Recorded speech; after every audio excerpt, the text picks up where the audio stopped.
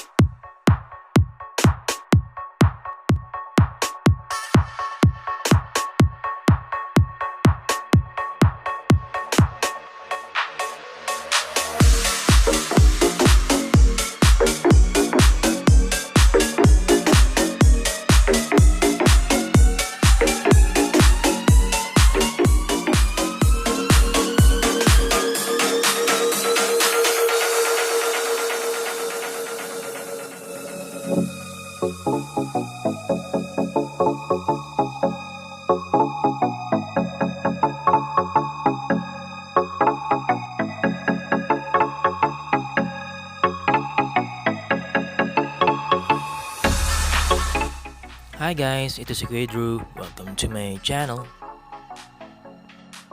Ikakabit na natin tong fog lights pero kailangan natin ng relay para hindi masunog yung circuit. Ito yung mga kailangan natin bago ikabit yung fog light at yung relay. BOSCH 5 pins 30 amp relay, 14 gauge electrical wires, 5 pins relay socket, 15 amp fuse with socket, rocker switch, 1/4 inch shrinkable tube,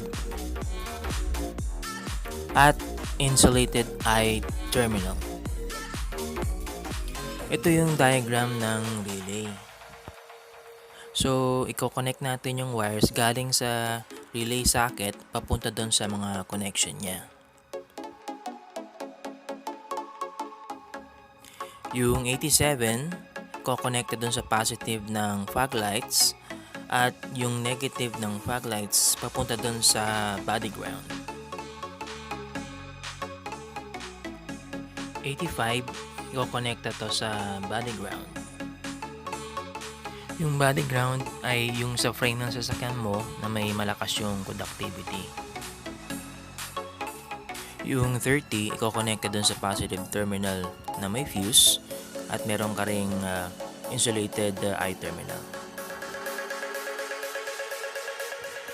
86, i-connecta dun sa rocker switch at yung kabilang dulo ng rocker switch i-connecta dun sa positive terminal ng battery. Kung nahihirapan ka sa pagkabit, pwede mo ring ipakabit sa car electrician. DIY ko lang to, pero satisfied ako sa brightness ng ilaw niya. Nakayuko siya para hindi masilaw yung kasalubong mo. Like and subscribe for more videos.